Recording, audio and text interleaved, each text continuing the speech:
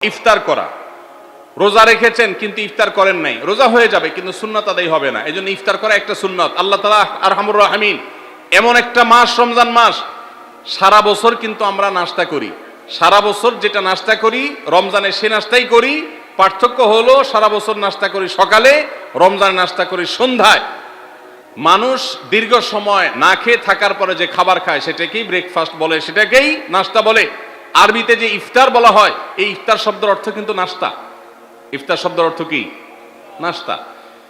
সারা বছর নাস্তা খেলে কোনো সওয়াব হবে, কিন্তু রমজান মাসে আপনি যদি সারাদিন উপবাস থাকার পর সন্ধ্যায় ব্রেকফাস্ট করেন অর্থাৎ ইফতার করেন, তাহলে আল্লাহ তাআলা আপনাকে সুন্নাত পালন করার সওয়াব দিবেন। এই জন্য ভাই, ইফতার করা একটা সুন্নাত।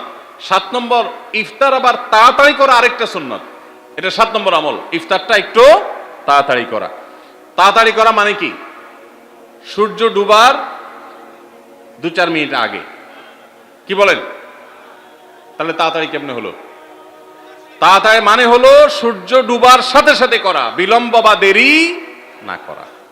নবী করিম সাল্লাল্লাহু আলাইহি ওয়াসাল্লামের ওই হাদিস আবারও আমরা স্মরণ করি। তিনি বলেছেন, লা ইয়াজালুন নাসু বিখাইরিন মা আজ্জালুল ফুতুর ওয়া আখারুস সুহুর। এই মানুষ, এই উম্মত ততদিন কল্যাণের উপরে প্রতিষ্ঠিত থাকবে যতদিন তারা ইফতার তাড়াতাড়ি করবে আর সাহরি দেরিতে করবে। ইফতার তাড়াতাড়ি করা এর মানে হলো সূর্য ডুবছে আর দেরি করবেন না। শিয়ারা এবং ইহুদিরা, তাদের মধ্যে রোজা আছে, ফাস্টিং আছে, তারা সেই রোজায় ইফতার করে হলো চতুর্দিক অন্ধকার হয়ে যাওয়ার পর, সূর্য ডুবার পর পর ইফতার করে না।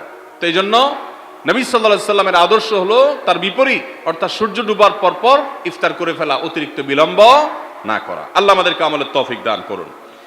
8 নম্বর আমল হলো ইফতারের দোয়া পড়া। ইফতারের দোয়া জানা আছে ভাই? কি দোয়া?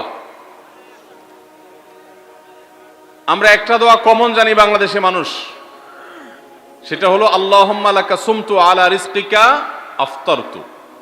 এটাও হাদিসে বর্ণিত হয়েছে, কিন্তু হাদিসের সনদ নিয়ে অনেকে কোনটা নিয়ে আলাপ তুলেছেন, প্রশ্ন তুলেছেন।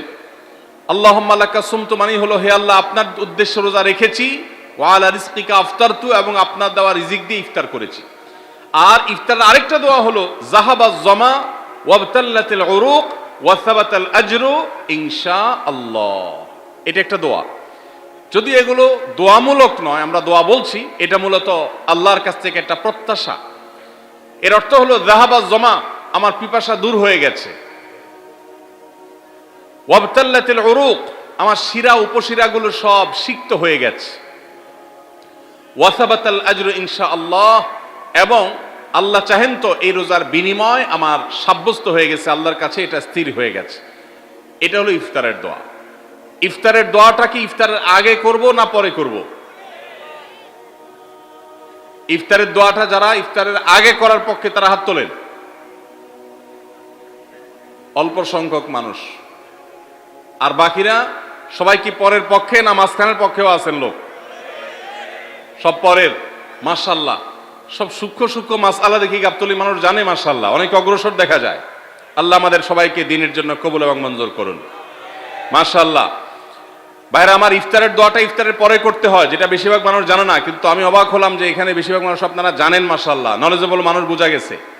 ইফতারের দোয়ার অর্থের দিকে তাকালেই তো বোঝা যায় এটা আগে না পরে। দোয়ার অর্থের মধ্যে তাকালে আমরা দেখতে পাচ্ছি যে আল্লাহ শিরা উপশিরা সিক্ত হয়ে গেছে, পিপাসা দূর হয়ে গেছে, এগুলো তো ইফতারের পরেই হয়। অবশ্য আমি অর্থ আগে বলে দিছি, সেটা দেখে হয়তো আপনারা অনেকে বুঝে ফেলছেন। মাশাআল্লাহ।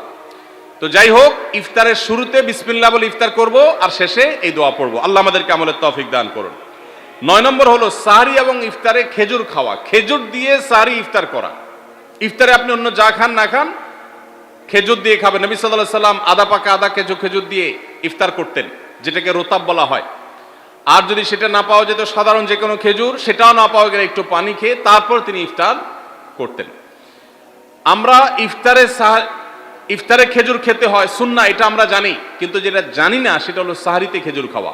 ভোর রাতে সাহরিতে খেজুর খাওয়া সুন্নত, এটা আগে কে কে জানতেন? হাত তোলেন।